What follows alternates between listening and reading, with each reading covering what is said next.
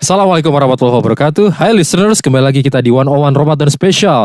Di momen-momen spesial ini kita masih ditemani oleh guru kita Ustadz Muhammad Nuzul Zikri Hafizahullah Ta'ala.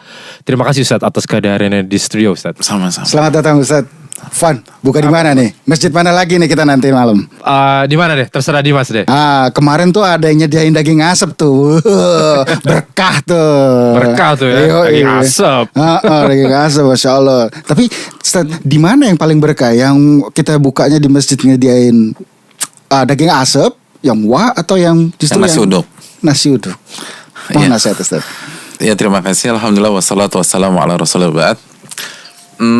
Memang buka puasa selalu happening ya. Itu atmosfer luar biasa banget. Terus tadi ada pertanyaan, buka puasa di masjid atau di tempat mana yang paling berkah? Apakah yang menunya daging asap atau yang menunya kebuli, menunya sop buntut? Sedap. Atau ada kriteria khusus? Semuanya bagus-bagus aja ya, karena semua fasibul khairat. Tapi kalau ditanya yang paling berkah adalah pada saat kita yang ngasih makan buka sama yang puasa. Itu yang paling berkah. Terlepas apa menunya ya.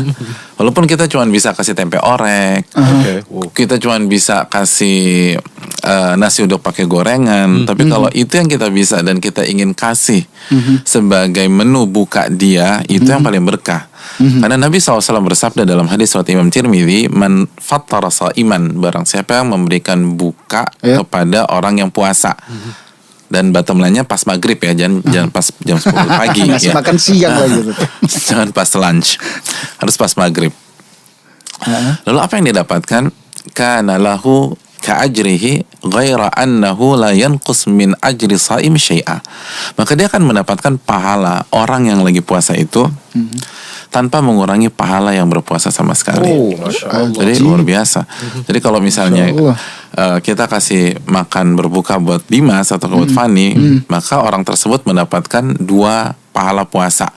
Pahala puasa Dimas, Fani plus 1 lagi dia, jadi 3. Wow. Bayangkan dalam 1 hari kita bisa dapat 3 pahala puasa. Itu kan luar biasa. Makanya sebagian para ulama klasik mengatakan memberikan makan berbuka kepada 10 orang hamba Allah, 10 orang muslim, itu lebih aku sukai daripada memerdekakan 10 budak.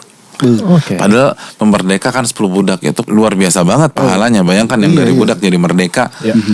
Tapi karena puasa adalah rukun Islam, dan ketika kita kasih makan orang yang berbuka, kita dapat pahala tuh orang, maka pahalanya luar biasa. Bahkan para ulama yang lain itu berkhidmat gitu loh, pengen orang tuh buka di tempatnya, seperti yang dilakukan Hasan Al-Basri, Abdullah bin Mubarak gitu loh.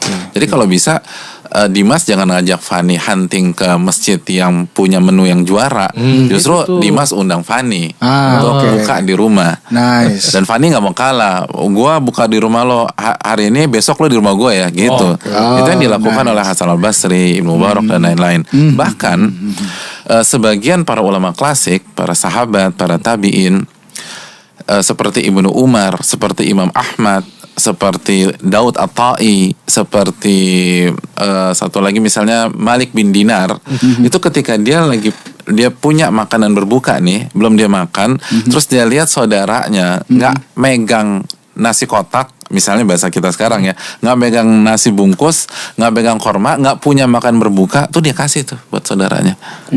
Jadi makanan bukanya dia kasih buat saudaranya. Kenapa? Karena dia ngincar pahala puasa. Bayangkan, cuman kita ngasih nasi kotak misalnya ke orang tersebut, kita dapat pahala puasa orang itu. Apalagi kalau orang itu ngisi waktunya pas puasa dengan baca Quran, dengan ibadah, dengan perbanyak sholat, dengan fisabilillah yang lain, itu bayangin kita dapat pahala kayak apa. Itu include Ustaz. Iya.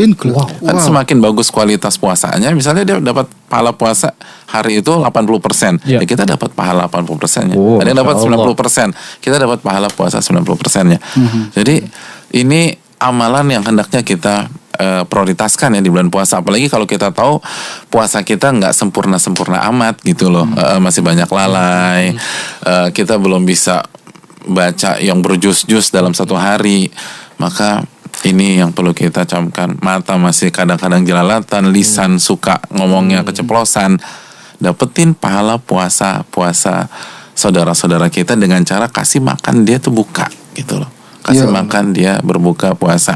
Jadi itu yang paling berkah, walaupun kalau kita makan di masjid yang memang ingin menservis orang yang berpuasa itu boleh-boleh aja, bagus-bagus aja. Dan jangan lupa kalau kita buka di tempat orang, doain dia. Doakan Allah mat'iman at'amani wa skiman saqani. Ya Allah, berikanlah dia makan sebagaimana dia kasih aku makan, dan kasihlah dia minum sebagaimana dia kasih minum. Atau doakan keberkahan buat dia.